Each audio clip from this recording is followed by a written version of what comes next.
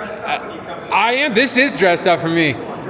Senator Lang, you're in hot water again for some comments down in Lakota. Yeah. Do you want to I know you personally. Yeah. But this is you had the Civil War comments. You apologize for that. Yep. I assume you want to clarify what you actually were saying. I'd love that opportunity. What I said was taken way out of context. The point I was making, and that I made if you watch the entire thing, is that my only issue with the voucher program, and I'm a big supporter, competition will bring down prices and increase quality. It always does. But my issue is we are asking public schools to compete with handcuffs.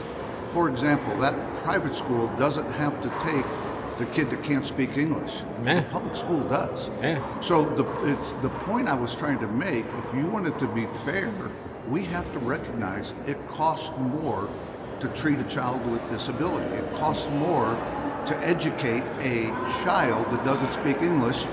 It costs more to educate a child who comes from a broken family where education is not valued, where it comes from a child with two parents who education is a high priority.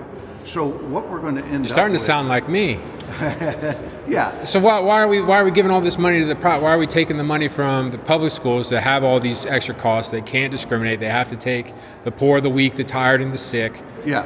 Why are we funneling that money to the private schools then? First of all, it will make the public schools get better. They're going to have to compete if they're going to keep students. Lakota, for example, is the 8th largest school district, but they're the 4th highest utilizer of the voucher program. So they are losing their students to the private school at a higher rate than their fair share. They should be the 8th highest if they were getting their fair share. So the problem we're going to have if we're not careful, the only ones that are going to have true school choice will be the wealthy and the gifted. Because the wealthy, we can send they can send their kids wherever they want, right? But what about the schools that the urban or the rural areas where there is no school choice? You know, and the parent, like you said, the parents because there was the new report today that came out, 90% of voucher recipients are from families that aren't in poverty. And that's originally how the program started. It was the idea, we're going to help the poor. Yep. And now it's for a program that isn't for the poor basically anymore. It just seems like we're robbing from the poor and giving to the rich. Yeah, but we also have to quit discriminating against the rich. We have to let the rich know. I think they're doing all right. Ohio is the place. I think they're doing all right. Ohio as soon as they can. They're going to states like Florida, like Tennessee, like Texas, like Wyoming, Utah, all these states with no income tax and easier regulations. As we've lowered regulations and we've lowered income taxes, according to U-Haul, which I believe is a very good source, they've accurately predicted the change in the congressional seats for 4 decades now. In the last 3 years, Ohio was the 9th, 23rd, and 14th most entered states in America. So people are coming back because the wealthy are saying, hey, Ohio is a place where I can start my business. Ohio led the nation last year in new business startups. But my point was this, DJ, we have to recognize there are different costs associated with different students. And it's foolish of us not to recognize that and think we have to treat everybody the same.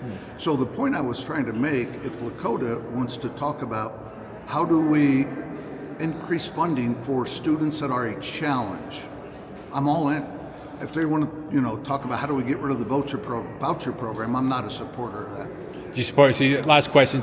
So Speaker Huffman's comments about, the current funding model, I called it unsustainable. Or do you support the current the Bob Cup? I have not Patterson? seen Huffman's comments, and people are asking me a lot about the budget. I don't even look at it till it comes over from the House, because it's going to change so much. But one more thing I do want to say about Lakota, we had a family member with Down syndrome. Fairly severe Down syndrome. Her educational experience at Lakota was outrageous. It was amazing. She was positive, she was powerful, and she graduated, and until she passed away a few years ago, went on to have a great life. And I credit what Lakota does. But I also recognize that costs a lot more than it does to teach your and Hilltop husband's child when you have one day. She'll like that shout out. I appreciate you, brother. Thank you for the candor. I'm glad you clarified. I always wondered. All right. Oh yeah. No, it's a lot of people think I'm gay, but she's a woman. I'm the wife in the situation. So she's a smart.